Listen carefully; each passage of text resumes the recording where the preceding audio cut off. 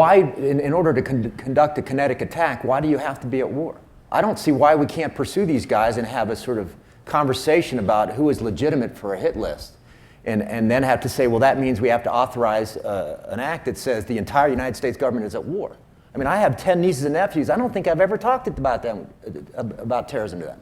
But, you know, they've got friends in high school who are pregnant. It's a problem. Synthetic drugs are all over the quarters in their high schools. And the gang problems in the city I live in, Memphis, Tennessee, are outrageous.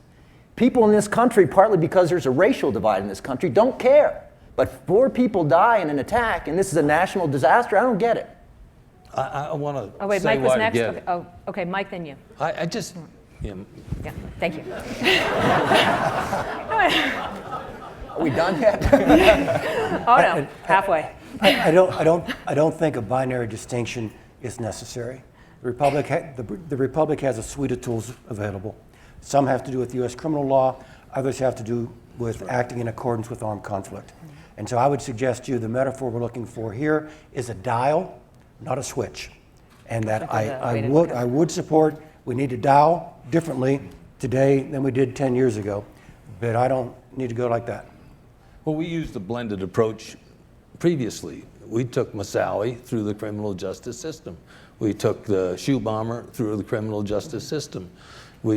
So over and over again, we've used the criminal justice system alongside the military system. I just want to say that if we're going to have body count as a definer of the threats to the United States, then aging. That's the ultimate threat, I guess, I'm isn't more it, keenly aging? aware of it than some people are here.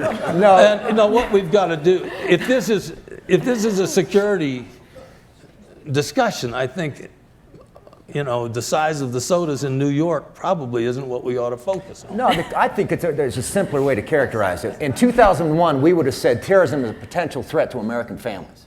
And I would say today that's not true. Okay. Well, there were some families in Boston that found it a threat, and I think it's important to note that, but for the disruption of certain other threats. And I think one of the most dangerous things we can do is to say that it's not a threat.